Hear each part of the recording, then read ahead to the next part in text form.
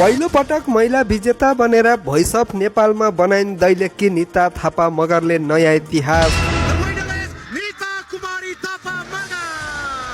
दर्शकबिन the voice of Nepal season 7 को finale शुक्रबार सम्पन्न भएसँगै राजु लामाको टिमबाट प्रतिस्पर्धी निता थापा मगर विजेता बनेकी छन्। उनले भोइस अफ नेपालकै पहिलो महिला विजेता बनेर नयाँ इतिहास समेत रचेकी हुन्। फिनालेमा कोच खेम सेन्चुरीको टिमबाट सागर संसार राई उपविजेता घोषित भए भने कोच प्रमोद खरेलको टिमकी पुनम गुरुङ तेस्रो स्थानमा रहिन्। यस्तै कोच मेलिना राईको टिमकी सञ्जिता दुरा सान्तवना स्थानमा सीमित भएकी छन्। निताले दैलेखको दुर्गम गाउँबाट आएर भोइसको उपाधि जित्न सफल भएकी छन्। दर्शक श्रोताको मायाले अन्ततः उनलाई ठूलो सफलता हात पार्न सफल भइन्। यसअघिका सिजनहरूमा धेरैले डलरले जितेको भन्नेहरूको भ्रम तोड्दै निताले दर्शक श्रोताको मायाले पनि जित्न सकिन्छ है भन्ने उदाहरण देखाएकी छन्। निता थापा मगरलाई हार्दिक बधाई तथा उज्जवल भविष्यको शुभकामना।